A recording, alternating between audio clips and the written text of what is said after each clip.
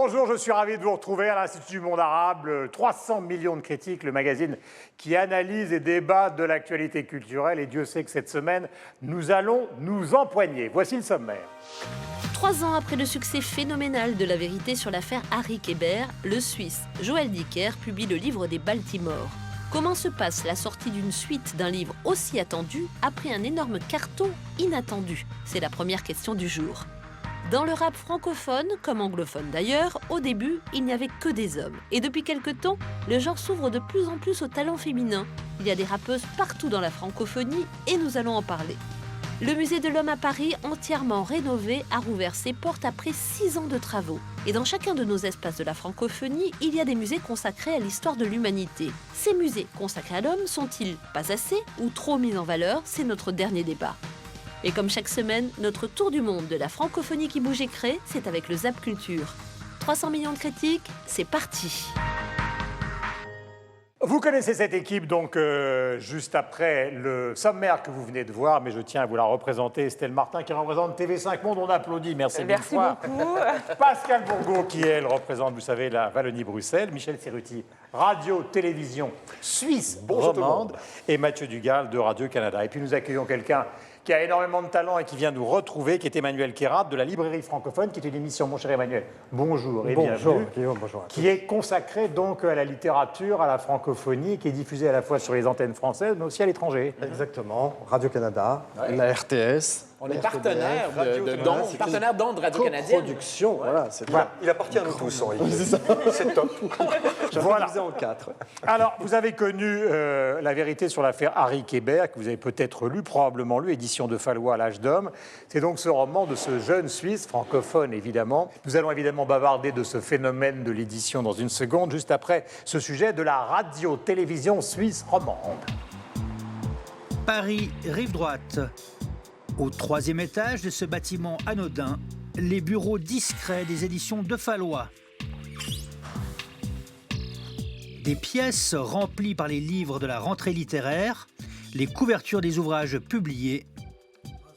Et voici le fondateur, Bernard de Fallois, 89 ans, une vie dans l'édition, lui qui a participé au développement du livre de poche avant de diriger Hachette, puis de lancer sa propre maison en 87. Il s'apprête à réaliser le carton de la rentrée littéraire avec le nouveau Joël Dicker, dont le tirage initial est de... Très grosso modo, que c'est supérieur à 200 000 exemplaires. Ce qui est énorme dans le monde de l'édition. Ce qui est très rare, oui. Et nous avons plutôt freiné, modéré la plupart des vendeurs en disant « nous sommes capables de rassortir le livre en moins de 8 jours ».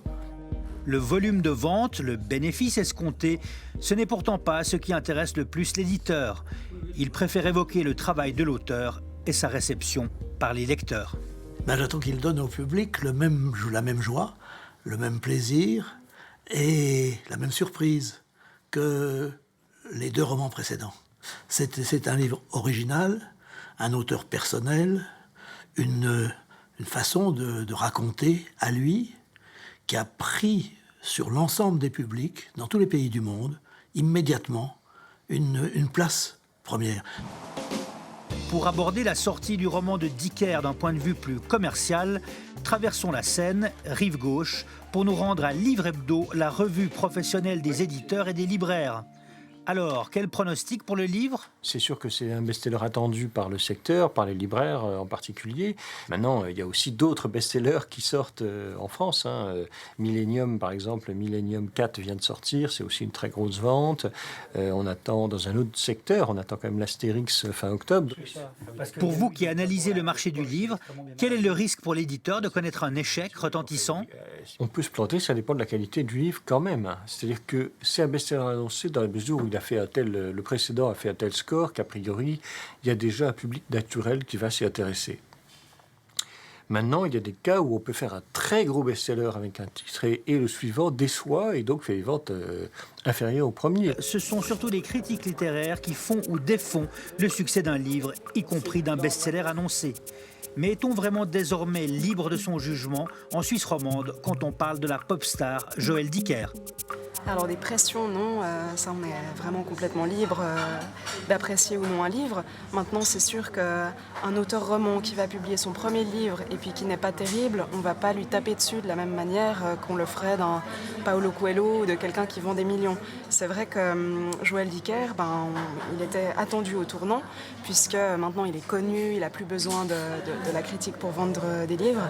Donc si son livre n'était pas bon, nous on lui serait vraiment tombé dessus, mais il se trouve que son livre est bon, en tout cas de notre point de vue. Et puisque depuis près de 6 minutes, nous vous parlons uniquement du produit et pas du texte, en voici pour la bonne bouche quelques suaves extraits. Je me défaisais de mon costume trop étroit des Montclair et me drapais de l'étoffe des Baltimore. Sur le quai, dans la nuit naissante, elle m'attendait.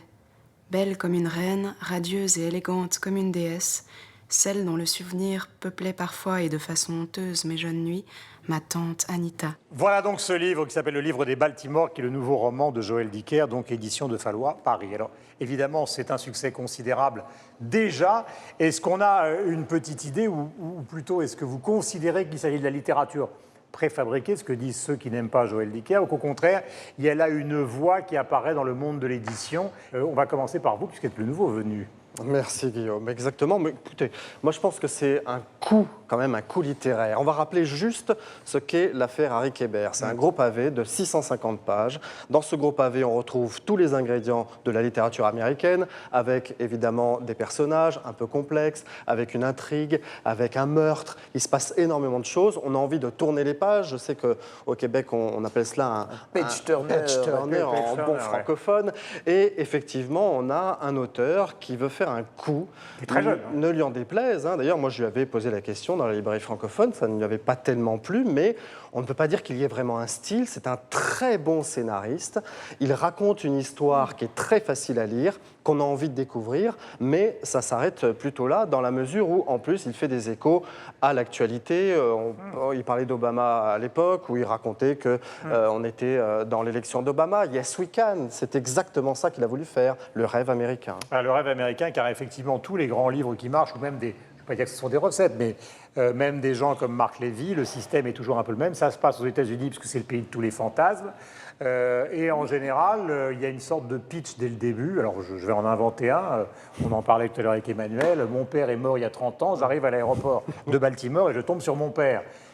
Que va-t-il se passer? Et effectivement, c'est sur ce genre de basculement que se construit une partie de la littérature grand public aujourd'hui. Est-ce que vous êtes convaincu ou pas, ma chère Estelle? Pas vraiment, je suis d'accord. Vraiment, le scénario vous tient en haleine, vous avez envie d'aller au bout, vous avez envie de comprendre. J'étais assez surprise qu'il ait le prix de l'Académie française, parce qu'au niveau du style, je n'ai pas été extrêmement convaincue par le style Joël Dicker. C'est vrai que c'est simple. Je pense que c'est même pas sa préoccupation centrale. Oui. C'est le scénario de sa préoccupation centrale. Et c'est vrai que dans La vérité sur l'affaire Harry Kéber, c'est le cas. Alors après, ce qui était intéressant aussi, c'est de voir comment il allait...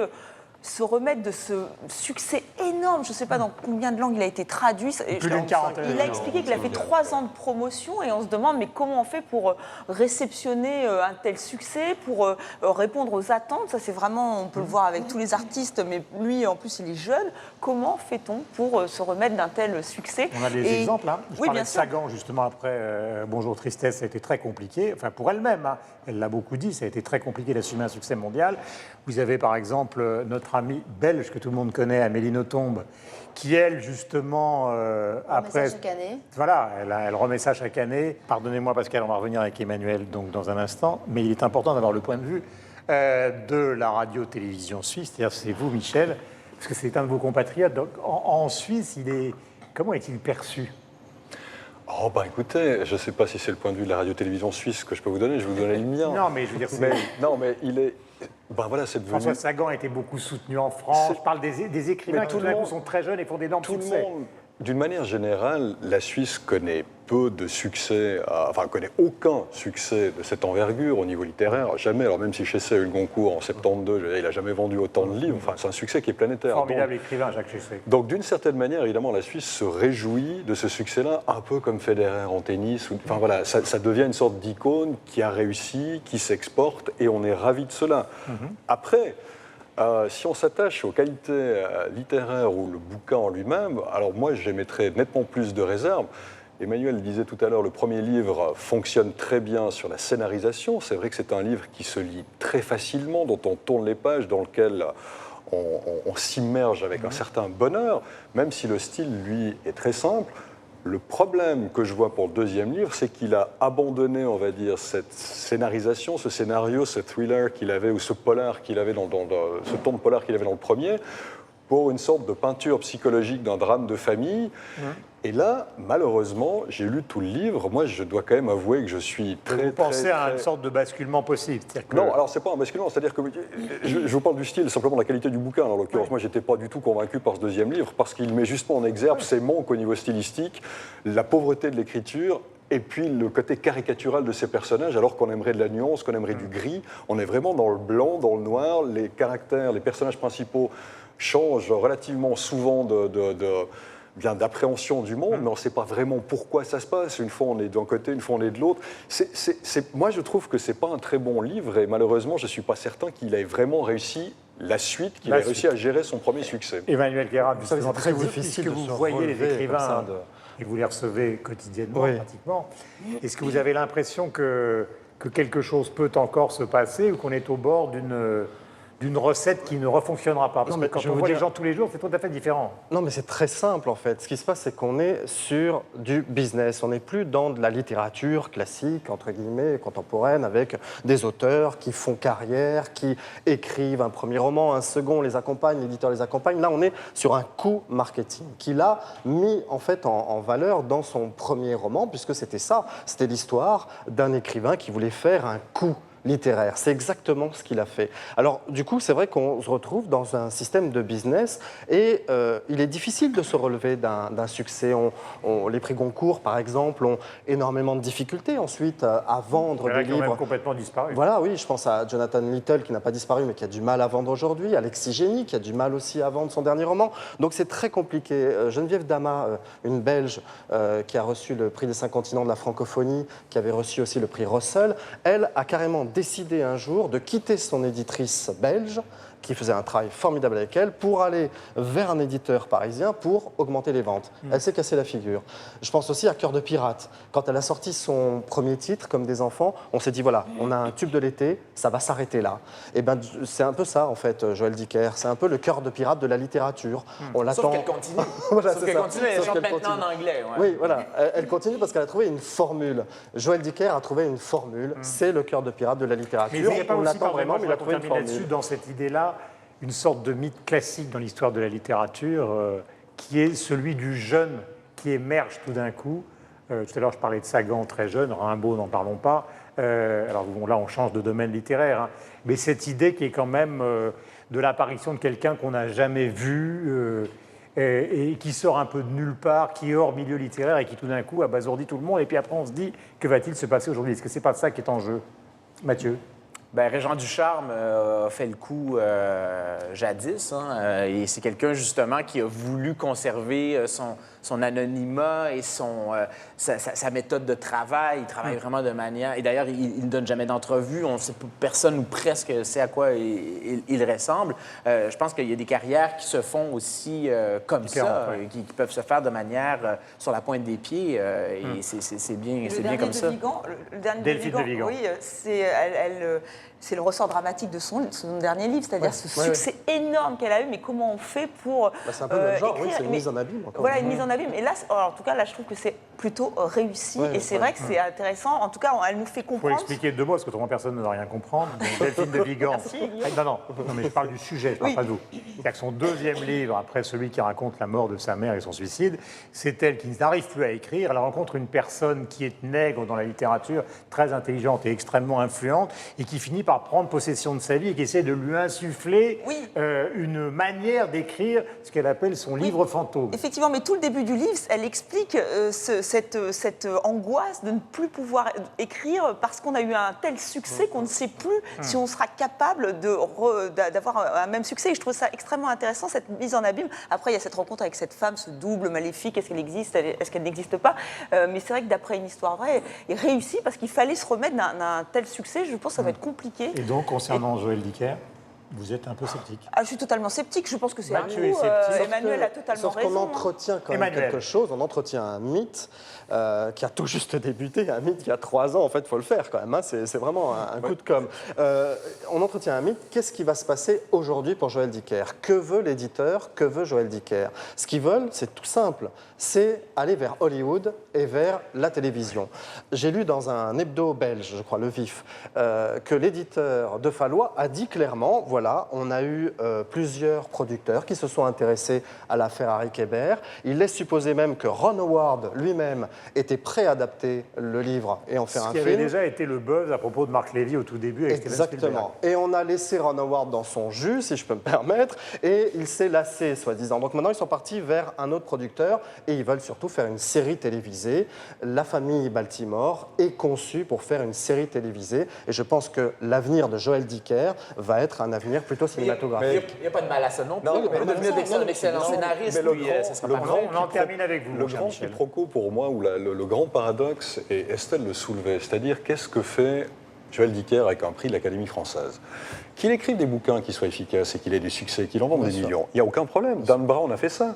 Mais je veux dire, on ne l'a jamais nominé pour des prix de littérature française. Et moi, j'ai un tout petit peu de peine à comprendre pourquoi il était nominé, enfin, plus que nominé en l'occurrence, puisqu'il a été récompensé de ce prix, pourquoi il était nominé au Goncourt. Je ne suis pas certain que stylistiquement ça tienne le coup, mais ça n'enlève rien à ses qualités d'écrivain, de scénariste qui peut écrire des bons bouquins. Mais j'avoue que j'ai un tout petit peu de peine à comprendre pourquoi on lui a donné cette aura, alors que je ne suis pas certain qu'il la mérite véritablement. Et du coup, on a une attente vis-à-vis de ces bouquins qui vont au-delà d'un simple livre efficace, bien foutu, bien scénarisé, comme les auteurs anglo-saxons peuvent vous en livrer à l'appel et qui marche très très bien. Et je crois qu'il va réussir sa carrière littéraire. Mais il ne faut pas s'attendre à ce qu'il réussisse une carrière littéraire peut-être. Donc c'est dans un une scénariste grande qui littérature. Ouais. Mais je ne sais pas pourquoi on l'a nominé pour ça, moi j'avoue. Juste un dernier mot quand même pour pas Dernier cracher mot, dans la Emmanuel, soupe car il faut que nous- complètement, c'est que ce genre de livre sert considérablement la chaîne du livre. Oui. Les libraires ont besoin de succès Absolument. comme celui-ci parce qu'on sait que quand il y a un succès littéraire, que ce soit le Goncourt ou un succès d'estime comme celui de Joël Dicker, eh bien les clients, les lecteurs vont dans les librairies dans les et librairies. achètent d'autres livres en général. Merci à tous. Ce débat se termine avec l'interactivité illustrée aujourd'hui par un tweet explicite du service culture de l'hebdo français qui est l'Obs. Évidemment qu'il ne doit pas vraiment aimer ça. Joël Dicker, saison 2, bon sentiment, ton naïf et personnages caricaturaux. C'est assez logique que, disons, les journaux qui s'intéressent beaucoup à la culture prennent une distance par rapport à des phénomènes de librairie. Vous suivez évidemment l'émission sur le compte Twitter, laissez des messages avec le hashtag 300 millions de critiques et vous retrouvez toutes les indications ou les sujets dont nous parlons dans l'émission aux adresses qui s'affichent en bas de l'écran. Nous allons saluer Emmanuel en vous remerciant d'être venu nous Merci voir. à Ça vous. nous fait extrêmement plaisir, mon cher Emmanuel. Pareillement, merci Et pour donc, l'accueil. on va vous retrouver tous les jours. Tous les week-ends, le samedi sur France Inter dans la librairie francophone, Et sur le la RTS. dimanche sur la RTS le samedi aussi. Enfin voilà, toutes les... Dimanche à Radio-Canada. Voilà. Facebook. Il a les Vous dons allez sur mon d'ubiquité, ce Facebook. garçon, il est fort. Deuxième Sur le site de l'émission. sujet. Merci mille fois, Emmanuel, et à bientôt. à vous, à Donc, bientôt. on va retrouver dans un instant Lise Lauretiak qui va nous retrouver. Le deuxième sujet, c'est le rap francophone. Car vous savez que dans le rap francophone, il y a maintenant, comme dans le rap anglophone, des femmes qui font des carrières non négligeables. Il y a eu Diams, Lady Leslie, et depuis quelque temps, le genre s'ouvre de plus en plus au talent féminin. Il y a des rappeuses partout. Nous allons voir de quoi il s'agit exactement après ce sujet, qui s'est intéressé par exemple aux jeunes rappeuses qui viennent de Suisse. La gale, c'est contagieux. Pardon, c'était facile, mais c'est elle qui a choisi son nom de MC.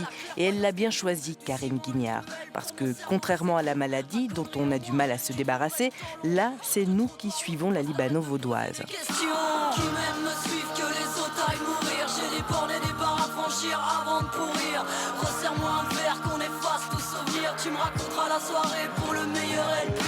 Ouais, sans doute qu'on l'aime, la gale. Elle a la rage. Ce petit bout de femme a le franc-parler d'une punk, la colère d'une rappeuse et le look d'une rockeuse. Tout ça pour dire donc qu'on la suit depuis ses débuts dans le rap.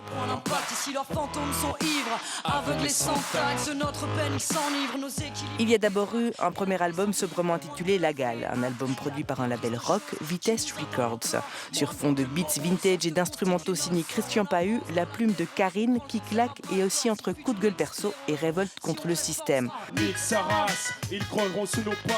À l'époque, La Gale avait aussi embarqué à ses côtés les rappeurs genevois Rinox et DJ Chicano. Première bombe. La deuxième déboule maintenant dans les bacs 3 ans après. 3 ans durant lesquels La Gale a squatté les scènes et aussi les écrans. Il y a d'abord eu De l'encre sur Canal+, un drame musical sur les coulisses du rap business réalisé par les leaders de la rumeur. Et puis, il y a eu le film de Nicolas Vadimov, Opération Libertad. Bref, elle n'a pas chômé La Gale. Aujourd'hui, Salem City Rockers, conçu par les beatmakers français Inch et Altarba, débarque donc. Plus mélangé, plus sombre, plus rock, encore loin du rap traditionnel français. Pas de bling-bling avec La Gale. Salem City Rockers nous prouve, s'il le fallait, que la lausannoise ne lâche pas l'affaire. J'attends que le jour se lève avant de m'auto-détruire. Quand on est une fille, on est moins mise en avant parce que le rap est essentiellement un milieu masculin. Entre guillemets, il y a beaucoup plus de rappeurs garçons que de rappeuses filles. Donc, on va être... je pense qu'on étonne un peu plus les gens. T'as du talent. T'as la possibilité de faire autre chose. Donc, grande question pour ce deuxième sujet de 300 millions de critiques, la présence féminine dans le rap d'aujourd'hui, qui est devenu quand même, il faut bien le dire, la musique essentielle pour les jeunes de la planète entière. Ma chère Lise Lauretière, bonjour. Bonjour. Merci de nous avoir retrouvés. Vous avez fait ce sujet, ma chère Estelle. Est-ce que vous considérez qu'il y a un espace qui est en train de s'ouvrir ? Un tout petit espace. Moi, je suis un peu déçue en tant que Française parce que depuis Diams, je dois reconnaître que les rappeuses françaises ne sont pas vraiment à la hauteur artistiquement. Enfin, c'est mon avis que je vous délivre. Moi, je préfère, on va en parler certainement avec Michel, les rappeuses suisses. Là, on vient de voir Catégorique, qui est d'origine ivoirienne. Et c'est vrai qu'elle a un vrai flow, une énergie. Puis surtout, c'est du rap idéologique et pas du rap bling-bling. On parle d'un rap. Il y a des raps. Les gens qui disent ne pas aimer le rap ou le hip-hop, en général, c'est parce que la seule chose qu'ils connaissent, c'est le bling-bling qui sort. C'est le rap hollywoodien, Jay-Z. Florida, ce genre de truc-là qui est un peu mauvais, n'ayons pas peur des mots. Et il y a plusieurs types de rap. Et dans le rap qui est plus roots, on retrouve un petit peu plus de femmes. En tout cas, dans l'espace anglophone, par exemple, moi, je pense à Jean Grey, qui est super importante dans cette scène-là. Mais quand on regarde l'histoire du genre, moi, j'ai lu la très belle brique, d'ailleurs traduite en français, de Jeff Chang, qui s'intitule « Can't Stop, Won't Stop », en français dans le texte, une histoire de la génération hip-hop qui dresse donc tout le portrait de l'histoire du rap à partir de la Jamaïque jusqu'au Bronx. On parle presque pas des femmes. Et encore aujourd'hui, c'est super difficile. Moi, est-ce que ça ne tient pas, Mathieu, et là vous allez tous vous exprimer, au fait, d'ailleurs ça a été expliqué dans une interview très bonne de Kanye West, il m'a étonné de ce point de vue-là, il a dit finalement le problème du rap au départ, y compris le rap social, Nas, etc., c'est qu'ils sont à la fois machos et à la limite de l'homophobie. Ouais. Donc il est normal que des gens ne se précipitent pas pour participer. Oui, les images d'Épinal, c'est la misogynie. Non, mais je ne parle pas même du rap hollywoodien, même le rap, contestataire du départ était sur ce plan-là extrêmement... Et les rappeuses, il faut le dire, sont assez masculines, entre guillemets. C'est-à-dire que c'est vrai que dans les codes vestimentaires, elles restent très... que ce soit Catégorique ou La Gale, on va en parler. C'est vrai qu'on sent qu'il y a quand même un côté assez masculin dans le rap. Mais je pense qu'il y a des portes qui s'ouvrent pour parler de... Est-ce que les portes s'ouvrent, Lise Laure ? Oui, en Afrique, le rap, ça date, surtout pour les filles, ça date à peu près des années 2000. Alors c'est vrai qu'elles ont eu du mal à émerger, déjà à cause de tous les clichés, de toutes ces injustices. Et donc, quand elles ont émergé sur la scène africaine, c'était pour elles dénoncer le viol, pour dénoncer la stérilité, pour dénoncer le regard qu'on portait sur elles. Et surtout, ce qui est bien, c'est qu'aujourd'hui, elles ont un peu, disons, apporté une certaine fraîcheur par rapport à ce que faisaient les garçons. Alors, il y a une, par exemple, qui s'appelle Nash, qui est la rappeuse ivoirienne en ce moment, qui s'est inspirée de Priska, qui était en fait une pionnière, et qui, elle, rappe en nouchi, cet argot ivoirien. Et je trouve que c'est assez rafraîchissant parce qu'elle a repris le tube des Magic System Premier Gao en nouchi, elle a repris l'hymne national en nouchi, elle a créé un festival hip-hop féminin. Et je trouve que c'est, comment dire, ça décomplexe, voilà, ça bouge. Il y en a aussi au Sénégal. Le Sénégal, c'est très bien parce que le premier groupe de rap PBS, c'est dans les années 80 avec Didi Awadi. Et aujourd'hui, le Wolof a cette particularité, la langue, de bien se prêter au rythme et au flow. Et donc, c'est assez particulier. Il y a tout ça qui rappe en Wolof avec des mots anglais. Et puis, l'un de ses titres, d'ailleurs, s'appelle I Don't Care. Voilà, je m'en fous et je fais comme je veux. Ce qu'il faut dire pour toujours faire des comparaisons, c'est que dans le domaine de la musique pop en général, le pouvoir était aux garçons et à partir de Madonna, il est tombé chez les filles, puisqu'aujourd'hui, les plus grandes vendeuses du monde, si je puis dire, ne sont pas des garçons, bien que ce soit des vendeuses, Taylor Swift, Rihanna, Beyoncé, plus 2 ou 3 rappeurs, Kanye West et Jay-Z, mais le haut du panier est tenu par des artistes féminines.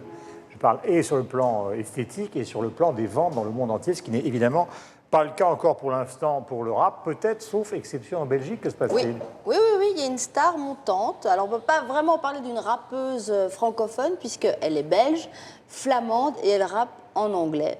Très américaine, vraiment très américaine. Mais on dit que c'est la prochaine Célassou, la nouvelle Stromae version féminin. Elle a un talent fou, elle tourne beaucoup, notamment ici à Paris, une petite salle qui s'appelle La Bellevilloise qui l'a découvert. On va donner son nom? Coeli. Ça vous dit quelque chose? Non, pas du tout. Non, ah ben voilà. Donc retenez bien ce nom parce que je pense qu'on va, on va en parler. Coeli. Ouais. Son nom complet, c'est Coeli Mboueno. Elle est d'origine congolaise. Elle est magnifique. Elle est toute jeune. Elle a 21 ans. Elle vit encore chez sa maman à Anvers. Et elle multiplie les concerts. Et donc voilà, à suivre parce que c'est une femme, je pense, qui va marquer le rap belge, qui n'est pas non plus. Et est-ce qu'il y a une grande figure du rap francophone féminin aujourd'hui? Diams. Alors moi, vraiment, je reste orpheline de Diams. Ouais. Depuis qu'elle a décidé en 2012 de se consacrer à sa famille, à Dieu, et qu'elle s'est intégralement voilée, voilà, on est orpheline. Oui, on est orpheline.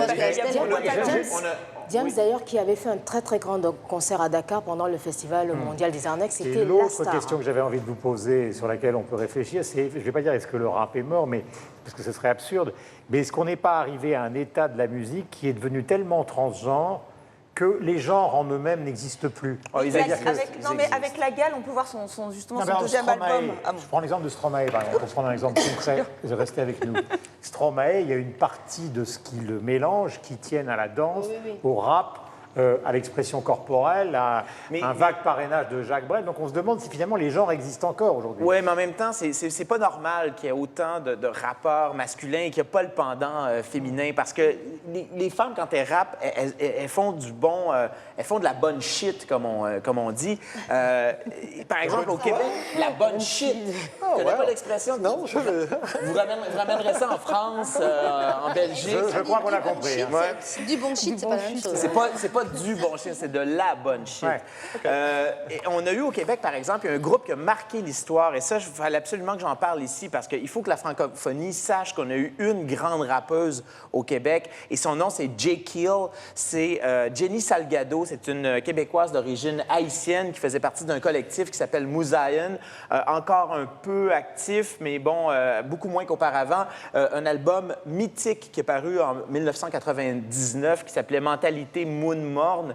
Et c'est vraiment un album qui a vraiment dépassé... et qui a eu une suite ou qui n'existe pas? En fait, c'est ça, c'est qu'il n'y a pas de... Ils ont fait un album plus tard, mais bon, le groupe ne fonctionne plus tellement. Jenny, aux dernières nouvelles, elle ne rappait plus. Et c'est dommage que ces filles-là n'aient pas eu vraiment d'héritage, parce qu'il y en a pas... En tout cas, on les entend pas. S'il y en a, on les entend pas. Lise, leur dernier mot. Moi, je voulais juste dire qu'en fait, le rap ou les raps, c'est loin de disparaître sur le continent, parce qu'aujourd'hui, quand on regarde comment ça bouge, et de toute façon, à l'origine des mouvements citoyens, comme le ballet citoyen, par exemple, au Burkina, il y a des rappeurs. Alors, je ne sais pas s'il y a des rappeuses, mais en tout cas, dans tous les mouvements, les mouvements, comment on appelle ça, les mouvements urbains, le rap, vraiment, a une grande... Sociaux, voilà, les mouvements sociaux, c'est très proche. il a une grande force. Dernier mot, alors c'était pas celui voilà, de non, mais juste un dernier mot, c'est vrai que c'est engagé. La Gale aussi, c'est pour ça que j'apprécie cette rappeuse suisse, dont le titre de l'album c'est Salem City Rockers.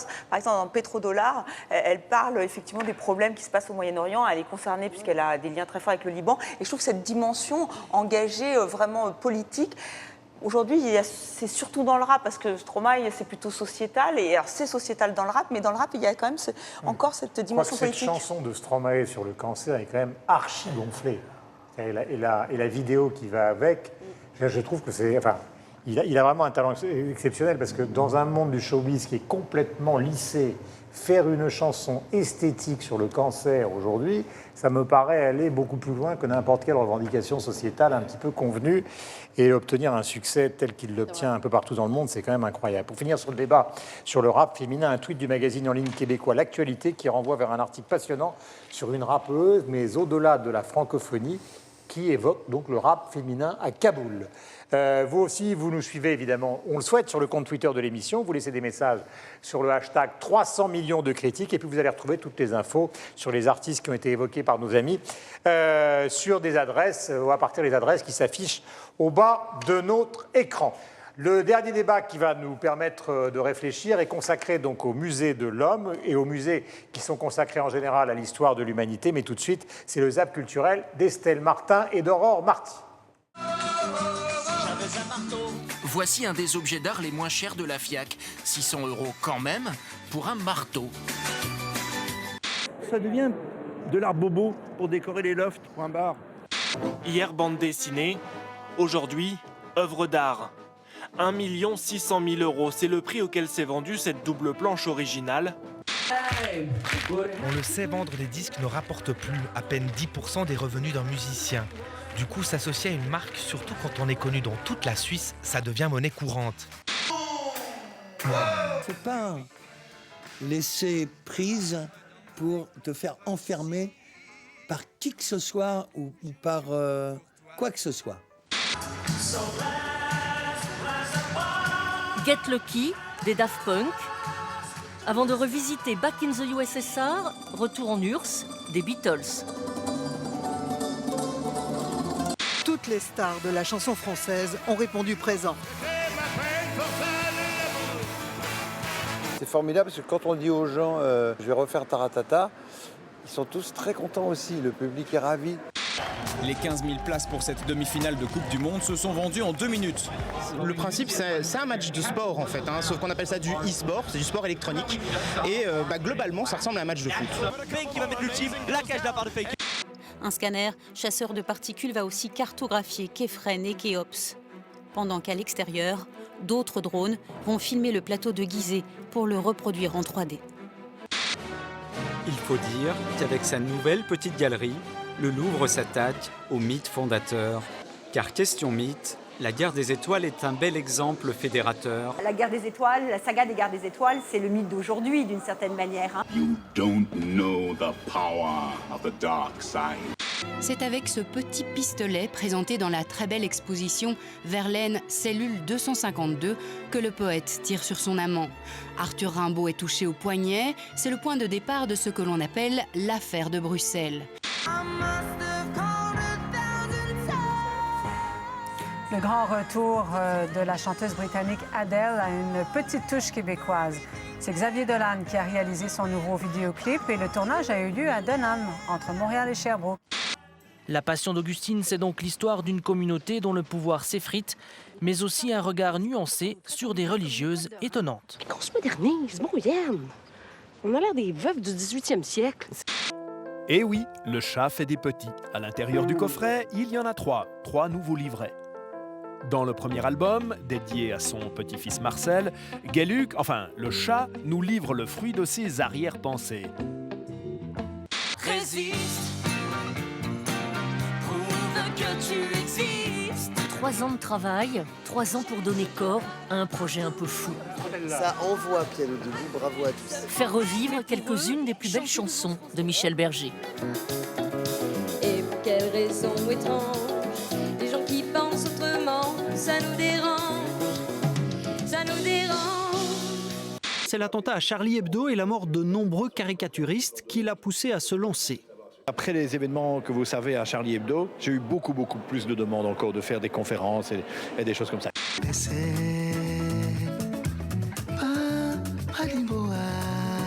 J'ai constaté que quand on a du mal avec ses racines, sa source, on a aussi du mal à être avec les autres. J'aimerais tellement que tu rencontres un mec bien. Ça changerait ta vie de merde.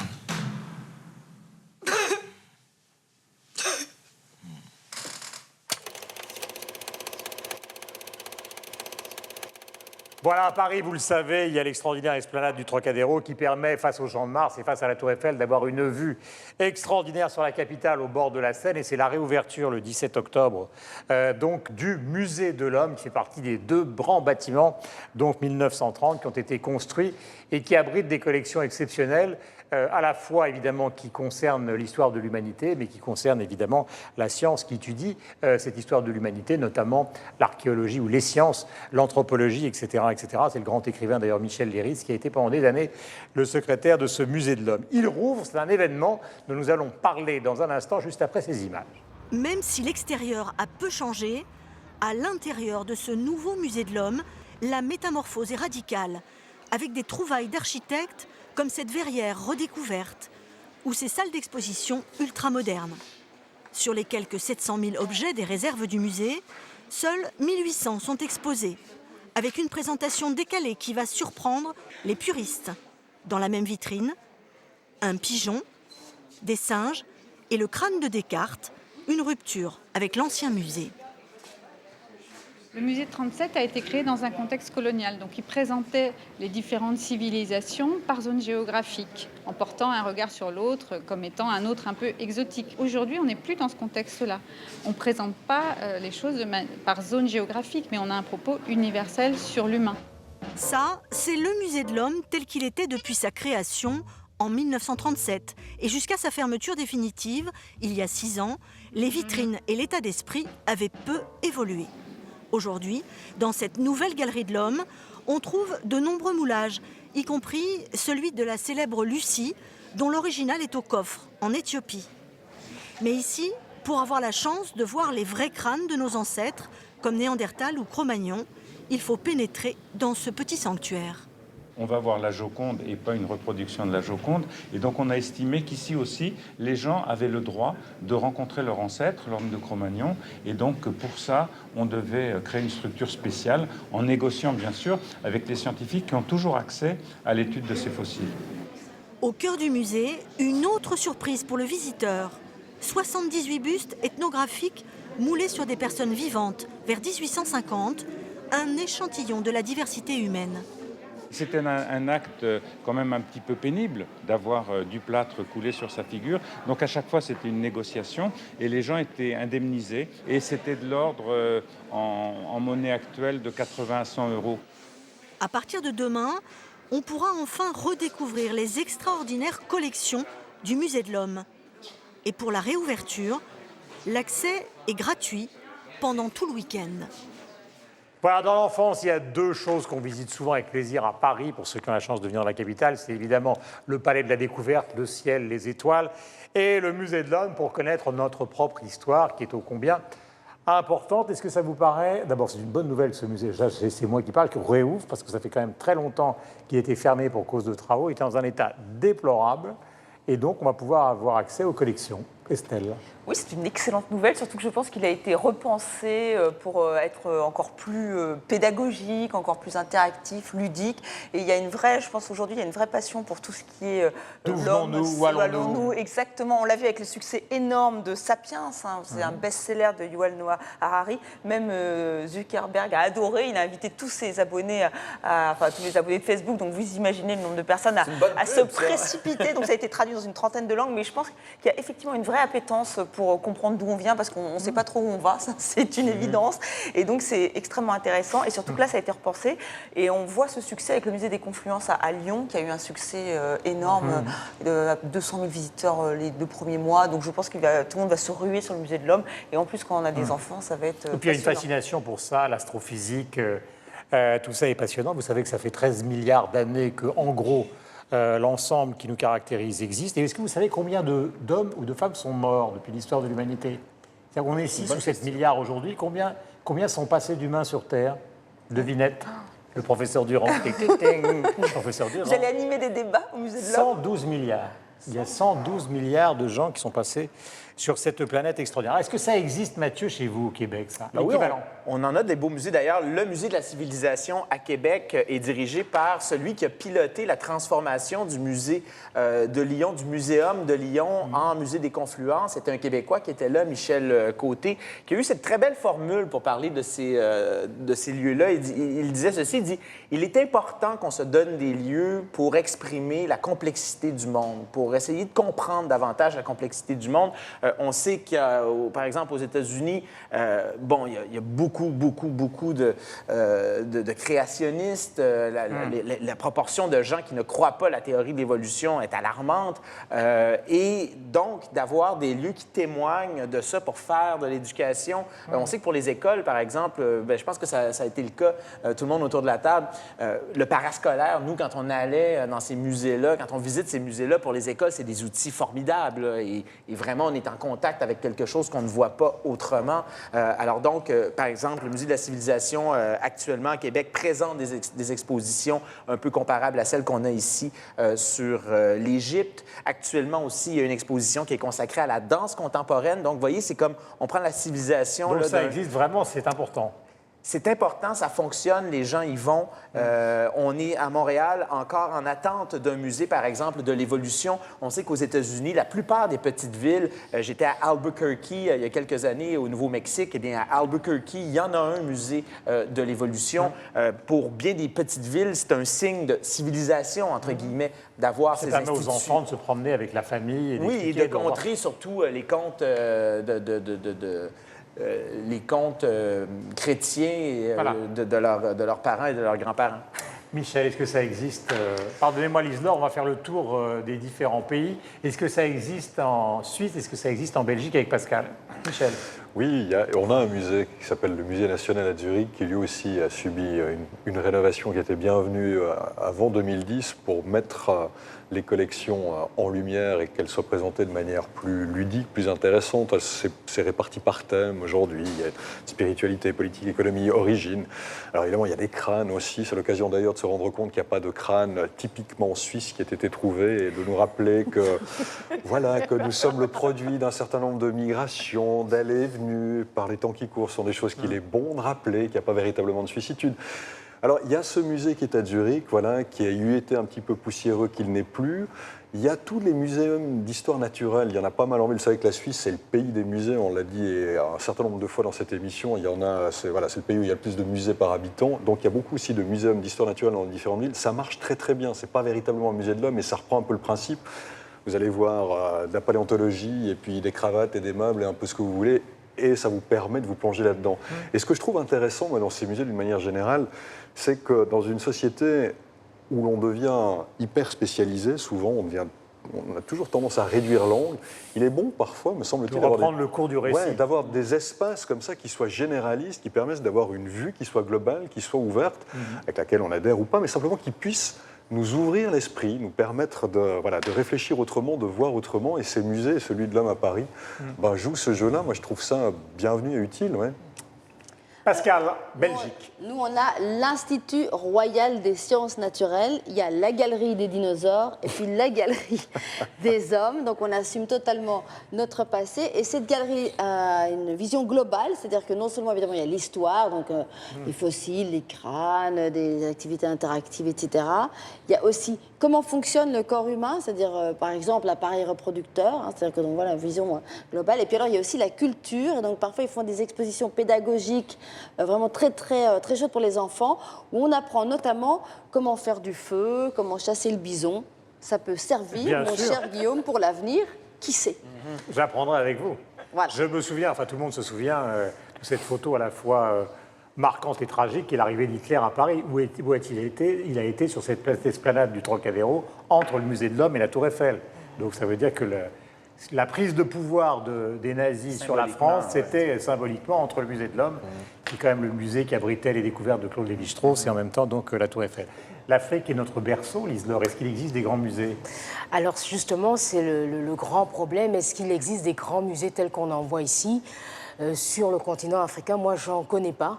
Alors, il y a des musées, et certes, à Bamako, ils ont un grand musée dans lequel on fait l'exposition photographique, les rencontres photographiques de Bamako, mais de l'ordre d'ici, il n'y en a pas. Et c'est bien là le grand problème, parce que l'Afrique, c'est le berceau de l'humanité, mais quand on le dit aux enfants, ils ne comprennent pas ce que ça veut dire. Alors moi, je me souviens par contre que lorsqu'il y a eu en 2010 le Festival mondial des arts nègres à Dakar, Toumaï et Lucie étaient exposées en plein centre de Dakar. Ça a permis à des étudiants, ça a permis à tout ce monde qui était là de venir voir leur histoire, voilà, c'est de faire cette découverte. Mais pour les enfants, il n'y en a pas. Alors j'ai amené quand même ce cas rapide parce que c'est la première œuvre qui est rentrée au Musée de l'Homme le 28 juillet dernier. Alors, je ferme la porte. Voilà, tu peux fermer la porte. Hein, on me dit Nangadef à Dakar. Voilà. Et donc ça va rentrer. Pourquoi ? Parce que également à Dakar, ces cars vont disparaître et il y a des bus de marque indienne et chinoise et je pense que dans 50 ans, les enfants ne sauront même pas ne sauront pas qu'il y avait ces cars, n'en parlons pas pour ceux du Sénégal, pour ceux du Cameroun, et c'est comme ça que notre histoire part sans que nous-mêmes nous en mesurons l'importance. Il y a un musée d'art contemporain qui s'ouvre au Maroc. Au Bénin, une fondation d'art contemporain avec le nouveau Premier ministre Sinsou. Ça commence à fonctionner un petit peu partout. Pourquoi, justement, n'y a-t-il pas de musée racontant l'histoire de l'humanité alors que d'autres musées s'ouvrent considérablement? Manque de fonds, manque de préoccupations? Manque d'intérêt des politiques, c'est-à-dire que même dans l'histoire, à l'école, on n'apprend pas. Les gens, on a un rapport bizarre avec les musées, c'est-à-dire que quand on va dans les musées, c'est les Blancs qui y vont. C'est-à-dire que quand il y a des manifestations, les musées sont vides, les gens ne comprennent pas ce qui se passe dans les musées parce que tout simplement, dans les cursus scolaires, ce n'est pas appris. Et moi, je regrette beaucoup qu'aujourd'hui, les conteurs, nous sommes le continent du conte. Quand un conteur africain Gabriel, par exemple, Gabriel qui avait assisté à un conteur qui raconte l'exposition, c'était au musée du Quai Branly des sculpteurs ivoiriens, ça prend un autre sens. Malheureusement, même cette tradition de l'oral se perd et c'est un peu désolant. Et il y a eu aussi beaucoup de pillages, il faut le reconnaître. Il y a beaucoup de pillages.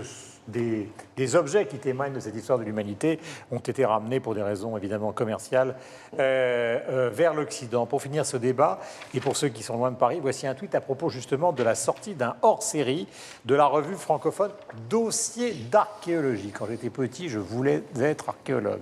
Hors-série qu'il est possible de se procurer également en ligne. Bien évidemment, si vous suivez notre émission, et on l'espère chaleureusement, compte Twitter de l'émission, vous laissez des messages sur le hashtag 300 millions de critiques et vous retrouvez les infos sur le site internet aux adresses qui s'affichent en bas de l'écran. Tout ce qui nous a concerné vous a concerné pendant la durée de cette émission. Pascal, coup de cœur. Mon coup de cœur est une exposition qui s'appelle, alors là c'est seulement les Belges qui vont faire ça, c'est I Belgi Barbari I Poeti, donc c'est les Belges barbares et poètes. C'est une exposition créée par le musée d'art contemporain à Rome, qui est actuellement à Bruxelles jusqu'en janvier à l'espace Vandenborg. C'était une exposition sur le caractère insolite, complètement original des artistes belges. Et donc il y a une palette d'artistes qui sont représentés, James Ensor, Magritte Delvaux, Willem Delvoye, enfin bon, tout le monde est représenté. Et donc voilà, c'est la folie des Belges en très résumé. Et c'est où l'exposition? À Bruxelles, donc à l'espace Vandenborg jusqu'en janvier, donc vous avez le temps d'aller à Bruxelles. J'irai. Mon cher Michel. Alors, si vous êtes par Genève la semaine prochaine, un super festival qui débute le 6 novembre, le festival Tous Écrans. Ça paraît à une évidence aujourd'hui de parler du fait que on peut visionner des films ou des œuvres sur tous les écrans, que ce soit du smartphone jusqu'à un grand écran.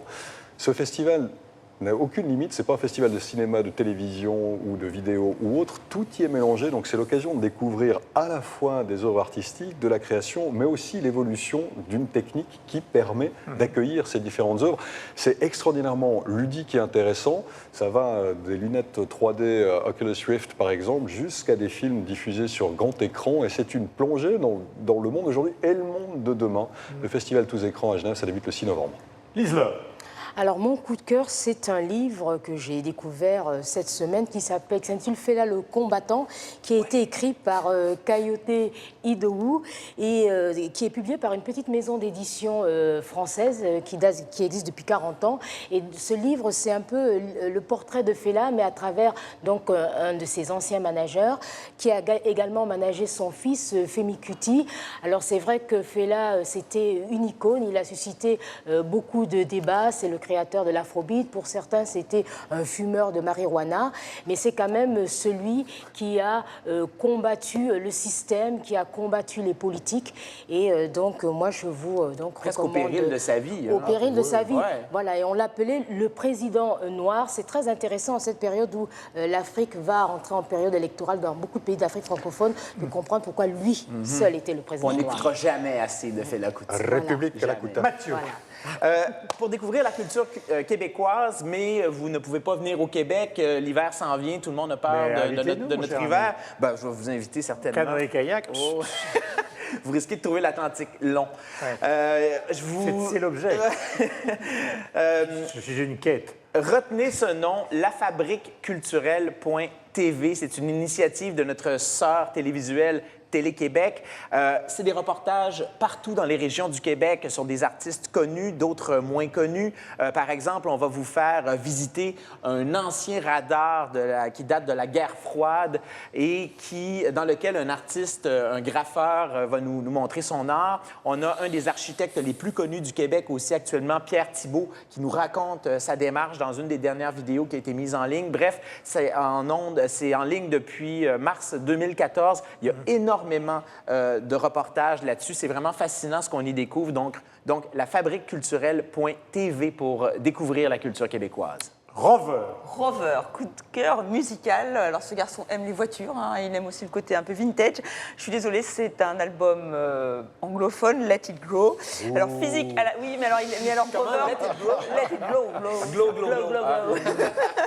Donc il a un physique à la Depardieu et une voix à la Bowie. Il est très étonnant. Dans une autre vie, il a été punk dans un groupe punk avec son frère à Beyrouth au Liban. Maintenant, il fait plutôt de la pop chic avec cette voix encore une fois très surprenante dans ce corps impressionnant. Il a une voix qui peut aller très loin dans les aigus et qui peut être aussi très rocailleuse. Donc je vous invite vraiment à l'écouter. Donc c'est Let It Glow et c'est donc sorti aux éditions Vagram. Chanson, voilà, c'est divin. Moi j'aime beaucoup Rover. C'était son deuxième album. Il était attendu au tournant. C'est réussi. Voilà, et pour terminer, parmi les coups de cœur, c'est simplement une information. Vous pouvez retrouver, si vous vous intéressez à Andy Warhol, une grande exposition au Musée d'Art moderne de la ville de Paris, avenue du Président Wilson, et une consacrée donc à l'influence de Picasso sur les artistes d'aujourd'hui. Au Grand Palais, il était important de le dire, on parle toujours de Picasso et de Warhol, mais allons d'abord et avant tout voir avant de bavarder. Merci à vous tous. On se retrouve avec plaisir et bonheur la semaine prochaine.